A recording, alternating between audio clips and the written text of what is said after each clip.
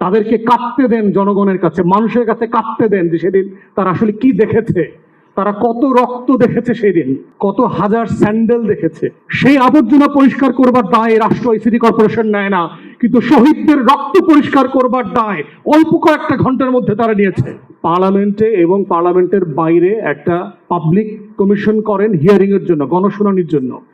সেইখানে প্রত্যেক মাদ্রাসা থেকে যারা এতিম ছেলে মেয়েদেরকে নিয়ে, বাচ্চাদেরকে নিয়ে ঢাকাতে এসেছিলেন, তারা তাদের গল্পগুলো এসে বলতে পারবে। তাদেরকে কাঁদতে দেন জনগণের কাছে, মানুষের কাছে কাঁদতে দেন যে সেদিন তারা আসলে কি দেখেছে, তারা কত রক্ত দেখেছে, সেদিন কত হাজার স্যান্ডেল দেখেছে।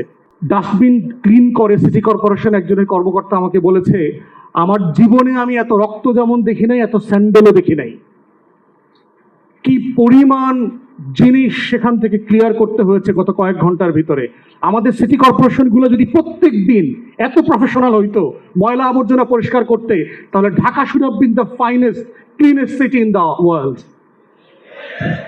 সেই আবর্জনা পরিষ্কার করবার দায় রাষ্ট্র সিটি কর্পোরেশন নেয় না, কিন্তু শহীদদের রক্ত পরিষ্কার করবার দায় অল্প কয়েকটা ঘন্টার মধ্যে তারা নিয়েছে।